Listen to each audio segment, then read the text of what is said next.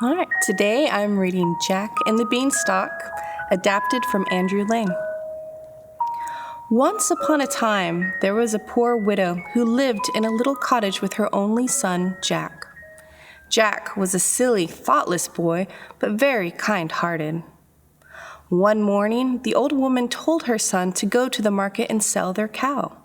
So Jack started out, but on the way he met a butcher with some beautiful beans in his hand. The butcher told the boy they were of great value and persuaded the silly lad to swap the cow for the beans. Well, of course, when Jack came home with nothing but a handful of beans to show for their cow, his mother shed many a tear. At that, Jack realized his foolishness and felt terrible. At least, he thought, I might as well sow the beans. So he planted them in the garden and went sadly to bed. The next day, he got up at daybreak and went into the garden. To his amazement, he found that the beans had grown up in the night and their stalks climbed up and up like a ladder, disappearing into the clouds. It would be easy to climb it, Jack thought, so he began to climb and went up and up the stalk until he had left everything behind: cottage, village, even the church tower. At last, he reached the top and found himself in a beautiful country, finely wooded with lush meadows covered with sheep. A crystal stream ran through the pastures, and nearby stood a fine, strong castle. While he was standing looking at it, an ancient lady came walking along. "If you please, ma'am," said Jack, "is this your house?" "No," said the old lady. "That is the castle of a wicked giant who keeps wonderful treasures inside. It is said that someday a young lad will come from the valley below to challenge the giant and win the treasures for his poor mother. Perhaps you are the one, but the task is very difficult and full of peril. Have you the courage to undertake it?" "I fear nothing when I am doing right," said Jack. "Then," said the old lady, "you're one of those who slay giants. If you can get into the castle, you may find a hen that lays golden eggs and a harp that talks, as well as 2 bags full of gold. If you can get them, they will be a great comfort to your poor mother." So Jack marched forward and knocked at the castle gate. The door was opened in a minute or two by frightful Giant Tess, with one great eye in the middle of her forehead. At once she grabbed Jack and dragged him inside. "Ho ho!" she laughed terribly. "I've been needing somebody to clean the knives and shine the boots and make the fires. You will be my servant. But I must hide you whenever the giant is home, for he has eaten up all my other servants, and you would be a dainty morsel too, my lad." Well, Jack was very much frightened, as you can imagine, but he struggled to be brave and make the best of things. "I am quite ready to serve you," he said, "only I beg you to hide me from your husband, for I should not like to be eaten at all." "That's a good boy," said the giantess. "It is lucky you did not scream when you saw me, or he would have heard you and eaten you for supper, as he had done with so many others. Come here, child, go into my closet. He never looks in there, and you will be safe." She opened a huge door that stood in the great hall and shut him in. But the keyhole was so large that it admitted plenty of air, and he could see everything that took place through it.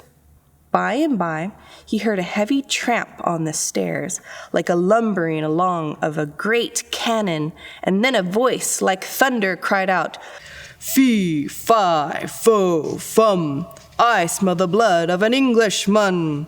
Be he alive or be he dead, I'll grind his bones to make my bread."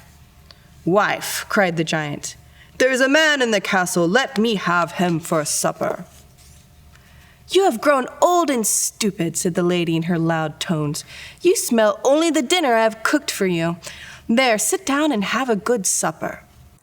So the giant sat down at his table. Jack watched him through a keyhole and was amazed to see him swallow a whole roast pig in one bite. Then he drank a whole barrel of ale in one gulp. When the supper was ended, he asked his wife to bring him his hen that laid the golden eggs. The giantess went away and soon returned with a little brown hen, which she placed on the table before her husband. "Lay," said the giant, and instantly the hen laid a golden egg. "Lay," said the giant, and she laid another. "Lay," he repeated, and again a golden egg appeared on the table.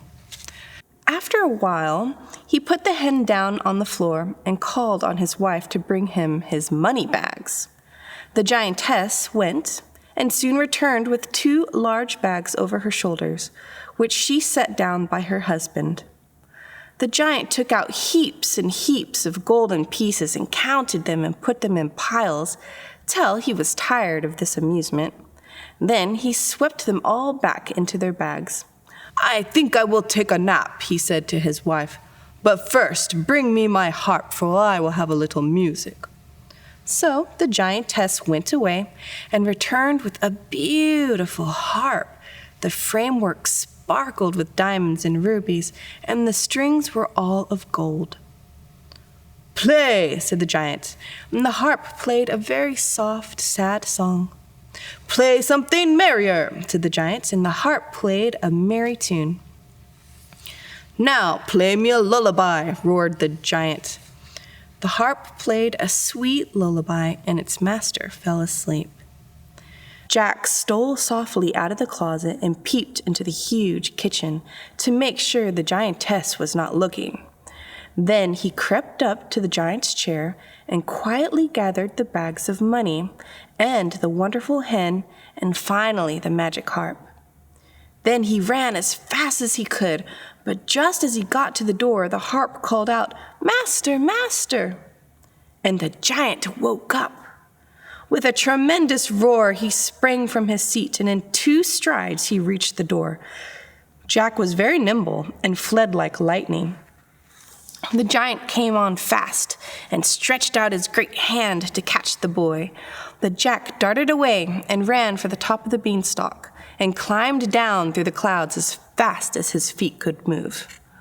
He gave a great sigh of relief when he reached his own garden, only to look up and behold the giant climbing down after him. "Mother, mother!" cried Jack. "Make haste and bring me my axe." His mother ran to him with a hatchet, and Jack began to chop away, but the giant was getting closer and closer. "Mother, stand out of the way!" Jack yelled. With one last blow, he cut the tree stem through and jumped back from the spot. Down came the giant with a terrible crash and broke his neck and stretched dead from one end of the garden to the other. Well, of course, Jack's poor old mother was scared out of her wits, for it wasn't every day that a giant came crashing down in her garden. But Jack told her all about his adventure and showed her the bags of money and how the wonderful hen could lay golden eggs and how the magic harp could play and sing. Jack's mother was glad to have such treasures, but she was even more grateful to have her son back safe and sound, and proud of him for his courage. "Yesterday I worried that you were only a foolish and thoughtless boy," she said, "but today you've shown how brave you can be. Now I know you are destined to climb the ladder of fortune just as you climbed the beanstalk." So together they buried the wicked giant and then went inside to count their blessings.